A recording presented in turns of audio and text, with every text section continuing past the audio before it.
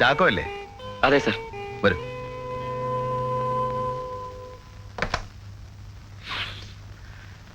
വളരെ പേഴ്സണൽ ആയതുകൊണ്ടാണ് ചാക്കോയുടെ ഓഫീസിൽ വരാതെ ഈ ഹോട്ടലിൽ വരാൻ പറഞ്ഞത്. സിരാം, പേടിക്കണ്ട. ശരി, ഇതുപോലെയുള്ളൊരു കേസിൽ ഒരു പോലീസുകാരൻ ഇടപെട്ടാലുണ്ടാകാവുന്ന കോംപ്ലിക്കേഷൻസിനെ കുറിച്ചൊക്കെ എനിക്ക് നന്നായിട്ട് അറിയാം. ഞാനൊന്നും റെക്കോർഡ് ചെയ്യില്ല. ഒരു സ്റ്റേറ്റ്മെന്റിലും ചാക്കോ ഒപ്പിടുകയും വേണ്ട. ചാക്കോയ്ക്ക് എന്തൊക്കെയോ സംശയങ്ങൾ ഉണ്ടായിരുന്നതായിട്ട് തോമസും ആനിയും പറഞ്ഞു. ഇതൊരു കൊലപാതകമാണെന്ന് ചാക്കോയ്ക്ക് തോന്നുവാനുണ്ടായ പ്രൈം റീസൺസ് എന്തൊക്കെയാണ്? മരണം നടന്നിട്ട് 15 മണിക്കൂർ കഴിഞ്ഞിരുന്നുവെന്നാണ് ഡോക്ടറുടെ മൊഴി. പോസ്റ്റ്മോർട്ടം നടന്നത് പിറ്റേ ദിവസം രാവിലെ 11 മണിക്കാണ്. അപ്പോൾ മരണം സംഭവിച്ചിരിക്കേണ്ടത് തലേ ദിവസം രാത്രി ഉദ്ദേശം 8 മണിക്കാണ്. രാത്രി 9:30 മണിവരെ കുമാരപുരം പഞ്ചായത്തിൽ മഴ പെയ്തിട്ടുണ്ട്. ഞാനന്ന് സ്റ്റേഷനിൽ ഡ്യൂട്ടിക്കുണ്ടായിരുന്നു. 9:30 മണിക്ക് മഴ നിന്നതിന് ശേഷമാണ് ഞാനും PC ബാലകൃഷ്ണൻ നായരും കൂടി ഊണ് കഴിക്കാൻ പോയത്. 8 മണിക്ക് ഓമന ആത്മഹത്യ ചെയ്തിട്ടുണ്ടെങ്കിൽ ഡെഡ് ബോഡിയിലും വസ്ത്രങ്ങളിലും മഴത്തുള്ളി തെറിപ്പിച്ച് വീണ ചെളിയുടെയും മറ്റും പാടുണ്ടാകേണ്ടതായിരുന്നു. കൂടാതെ രക്തം മഴവെള്ളത്തിൽ കലങ്ങി ഒഴുകിക്കിടക്കുമായിരുന്നു. ഇതൊക്കെ എനിക്ക് സംശയങ്ങൾ തോന്നാനുണ്ടായ കാരണങ്ങളാണ് സർ. പിന്നെ ഡോക്ടറുടെ മൊഴിയെടുത്ത SI ആണ്. മൊഴിയും പോസ്റ്റ്മോർട്ടം റിപ്പോർട്ടും തമ്മിൽ വ്യത്യാസമുണ്ടായിരുന്നു. ഡോക്ടറുടെ മൊഴിയിൽ പറഞ്ഞ 15 മണിക്കൂർ സർട്ടിഫിക്കറ്റിൽ 13 മണിക്കൂറായി കുറഞ്ഞു. പിന്നെന്തുകൊണ്ട് ഡോക്ടറോട് ഈ അഡ്ജസ്റ്റ്മെന്റിനെ കുറിച്ച് ചോദിച്ചില്ല? ചോദിക്കേണ്ടി വന്നില്ല സർ. കറക്റ്റ്. ചോദിക്കേണ്ടവരെ അവർ ഒഴിവാക്കിയല്ലോ അല്ലേ? ഒരുപക്ഷെ യഥാർത്ഥമായി തന്നെ ഡോക്ടർക്ക് അബദ്ധം പറ്റിയതാണെങ്കിലോ? ഒരു ആർഗ്യുമെന്റിന് വേണ്ടി വേണമെങ്കിൽ അങ്ങനെ വാദിക്കാം. പക്ഷെ ഞാനത് വിശ്വസിക്കുന്നില്ല സർ. ഡോക്ടറുടെ ആദ്യത്തെ മൊഴി ഒരു അബദ്ധത്തിൽ പറ്റിയ സത്യമാണെന്നാണ് ഞാൻ വിശ്വസിക്കുന്നത്.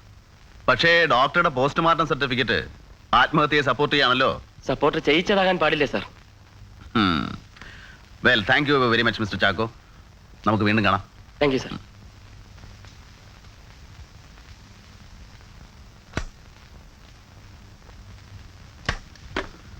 റിസപ്ഷൻ. ഞാൻ ഈ റൂം വെക്കേറ്റ് ചെയ്യാണ്. ബില്ല് ഇങ്ങോട്ട് കൊടുത്തേച്ചേക്കും.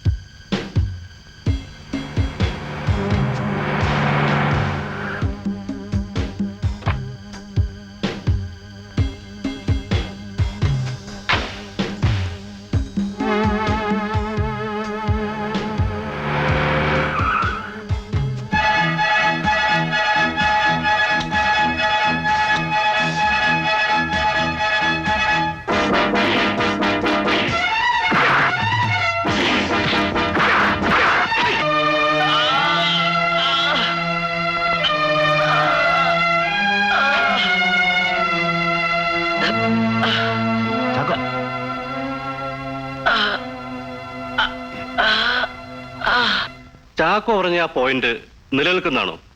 പ്രത്യേകിച്ച് ഡോക്ടറുടെ മൊഴിയും പോസ്റ്റ്മോർട്ടം റിപ്പോർട്ടും തമ്മിൽ പരസ്പര വൈരുദ്ധ്യമുള്ളപ്പോൾ? ലീഗലായിട്ട് പോസ്റ്റ്മോർട്ടം റിപ്പോർട്ട് ആക്സെപ്റ്റ് ചെയ്തോട്ടെ. പക്ഷേ ഡോക്ടറുടെ മൊഴിയും പോസ്റ്റ്മോർട്ടം സർട്ടിഫിക്കറ്റും തമ്മിലുള്ള പരസ്പര വൈരുദ്ധ്യം തന്നെ നമ്മളെ സംബന്ധിച്ചിടത്തോളം ഒരു പോയിന്റാണ് sir. So you are in the game. Proceed ചെയ്യാൻ തീരുമാനിച്ചു അല്ലേ? അതെ sir.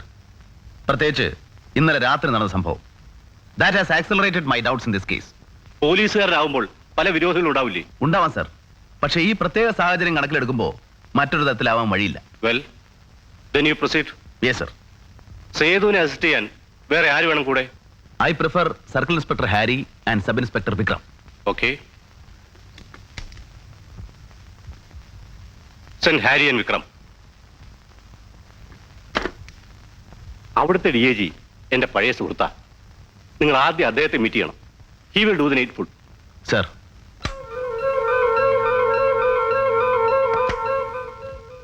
Vikram, Harry. Yes sir. Sedu wants you to assist him in this case. What do you say? With pleasure sir. Sedu, please carry on. Thank you sir.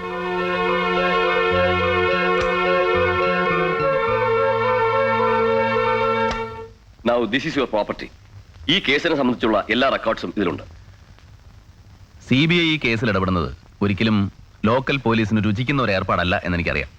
എന്നാലും ഉത്തരവാദിത്തപ്പെട്ട officers എന്ന നിലയ്ക്ക് എനിക്കും എൻ്റെ സഹപ്രവർത്തകർക്കും ആ ജോലി ഭംഗിയായി പൂർത്തിയാക്കണമെന്നുണ്ട്. അതിന് സാറിന്റെ പരിപൂർണ സഹകരണം ഞാൻ പ്രതീക്ഷിക്കുന്നു. Of course, I will do my best. Thank you sir.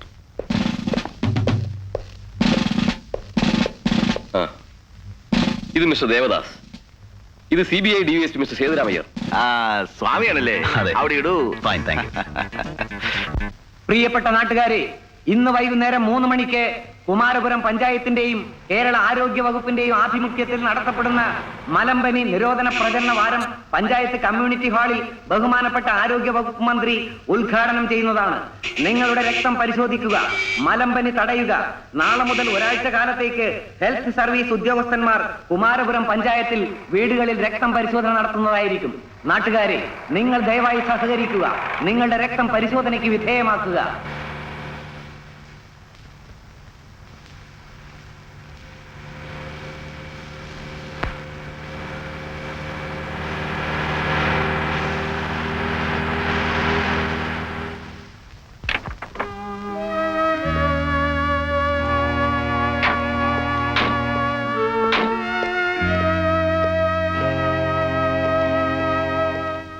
ഏതൊക്കെയാ മുറികള്? ഒന്ന് ഇതാണ് സാർ, ഒന്ന് മോളില്. വിക്രം, ഇതിങ്ങിതാ, ഇതങ്ങ് മേലെ കൊണ്ടു.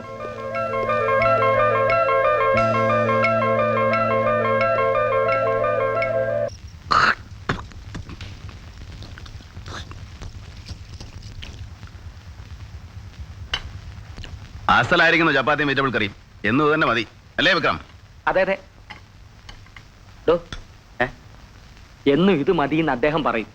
പക്ഷെ ഞങ്ങൾക്ക് വല്ലോ ഇച്ചിരി കടിച്ചു പറിക്കണം. കടിച്ചു പറിക്കാൻ എടോ ഇച്ചിരി മീൻ ഇറച്ചി വേണം. വിക്രം,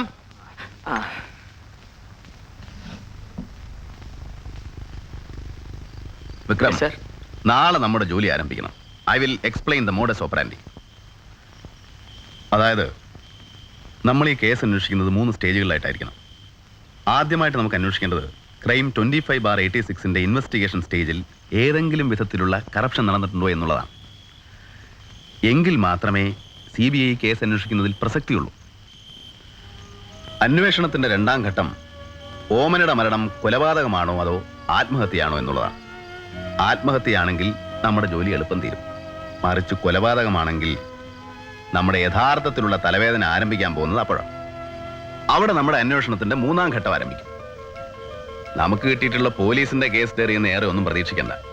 ഏത് കേസും വളച്ചൊടിക്കാൻ മിടുക്കന്മാരായ സാറന്മാരാണ് ഈ കേസും അന്വേഷിച്ച് റെഫർ ചെയ്തിരിക്കുന്നത്. എനിക്ക് തലവേദന ഇപ്പോഴേ തുടങ്ങി. അത് പതിവ് കഴിക്കാത്തതിൻ്റെതാ. പറയുന്നത് ശ്രദ്ധിക്ക് വിക്രം. നാളെ നിങ്ങൾ ഈ നാട്ടിൻ പുറത്ത് ആകെ ഒന്ന് കറങ്ങണം. ഔസേപ്പച്ചന്റെ ബിസിനസിനെ കുറിച്ചും മറ്റും എല്ലാ കാര്യങ്ങളും അന്വേഷിക്കണം. കഴിയുമെങ്കിൽ അയാൾക്ക് ഏതൊക്കെ ബാങ്കിലാണ് അക്കൗണ്ട് ഉള്ളത്, ആരൊക്കെയാണ് അയാളുടെ അടുത്ത സുഹൃത്തുക്കള് എന്നൊക്കെ.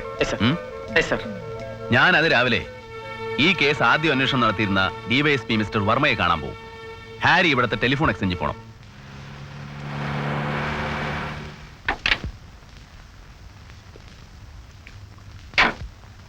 Good morning sir. മോർണിംഗ്. ഞാൻ സേതുരാമൻ, CBI എന്നാണ്. ഇരിക്കൂ. താങ്ക്സ്. ഇവിടെ എത്തിയ വിവരം പറഞ്ഞു. കേസ് അന്വേഷണം ആരംഭിക്കുന്നതിന് മുമ്പ് സാറിനെ ഒന്ന് കണ്ടേക്കാമെന്ന് കരുതി. മാത്രമല്ല 1-2 ഡൗട്ട്സും ഒക്കെ ഉണ്ടായിരുന്നു. എന്താ? പോസ്റ്റ്മോർട്ടം നടത്തിയ ഡോക്ടറുടെ മൊഴിയിൽ എന്തോ കോൺട്രഡിക്ഷൻസ് ഉള്ളതായിട്ട് ആ കോൺസ്റ്റബിൾ ചാക്കോ പറഞ്ഞു. സാർ ആ ഡോക്ടർ വീണ്ടും ക്വസ്റ്റ്യൻ ചെയ്തിരുന്നോ? അതിനു മുൻപ് അവരെന്നെ തട്ടിയില്ലേ? സാറിന് ആരെങ്കിലും സംശയമുണ്ടോ? സംശയിക്കണമെങ്കിൽ ആരെ വേണമെങ്കിലും സംശയിക്കാം. എല്ലാവരുടെ മൊഴികളിലും ഉണ്ടായിരുന്നു ലൂപ്പ് ഹോൾസ്. ഞാൻ എന്റെ ഫസ്റ്റ് റൗണ്ട് ഇൻവെസ്റ്റിഗേഷൻ തന്നെ കംപ്ലീറ്റ് ചെയ്തിരുന്നില്ല. അതിനു മുമ്പ് തന്നെ അവർക്ക് എന്റെ അന്വേഷണത്തിൽ പന്തികേട് തോന്നിക്കാണും. ഒരു സുപ്രഭാതത്തിലൊരു ഓർഡർ, എനിക്ക് റൂറലിലേക്ക് ട്രാൻസ്ഫർ. ഹോം ഡിപ്പാർട്ട്മെന്റ് അല്ലേ, പലതും നടക്കും. ആര് ചോദിക്കാനാ? Mister Sethu, I will do one thing. എന്റെ അന്വേഷണത്തിന്റെ നിഗമനങ്ങൾ ഞാൻ എന്റെ പേഴ്സണൽ ഡയറിയിൽ കുറിച്ചിട്ടുണ്ട്. അത് ഓഫീസിലാണ്. ഞാനത് ഇവിടെ എത്തിക്കാം. വലിയ പ്രയോജനമൊന്നും ഉണ്ടാവും തോന്നുന്നില്ല. It will be worth A reference. ശരി സർ, ഞാൻ ഗസ്റ്റ് ഹൗസിൽ താമസം. പറയട്ടെ.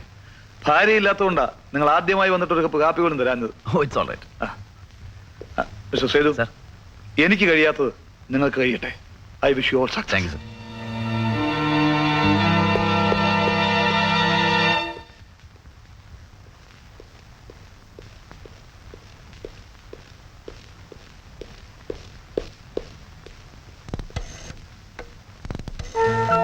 യെസ്, ഇരിക്കൂ. Thank you. DYSP Sethuraman sir നന്നായിച്ചതാ. KA Ouseph, telephone number 326 and 324. Kilivathukkal plantations and constructions, telephone number 421. Joy Mathew, telephone number 376. K. Narayanan 388. Sunny Ouseph 342. ഈ നമ്പറുകളും പേരുകളും ഈ എക്സ്ചേഞ്ചിൽ തന്നെ ഉള്ളതല്ലേ? അതെ.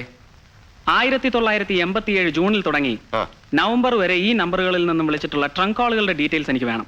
അതിപ്പോ ടെലിഫോൺ ബില്ലിന്റെ ഡ്യൂപ്ലിക്കേറ്റ് ഉണ്ടാവില്ലേ? ഉണ്ട്. അതിന്റെ കോപ്പി മതി. ഡ്യൂപ്ലിക്കേറ്റ് കോപ്പി തരുന്നതിൽ ബുദ്ധിമുട്ടില്ല, പക്ഷെ ഒറിജിനൽ കണ്ടുപിടിക്കാൻ സ്വല്പ സമയമെടുക്കും. അത് സാരമില്ല. If you don't mind I will wait. Okay. ആ റെക്കോർഡ് റൂമിന്റെ താക്കോലും കൊണ്ടുവരൂ. ശരി സാർ. മിസ്റ്റർ ഹാരി എവിടെ താമസം? ഗസ്റ്റ് ഹൗസിലാ.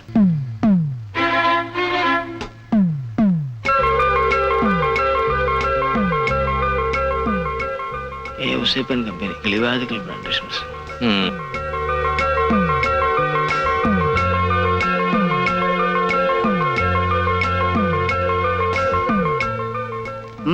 എന്താ?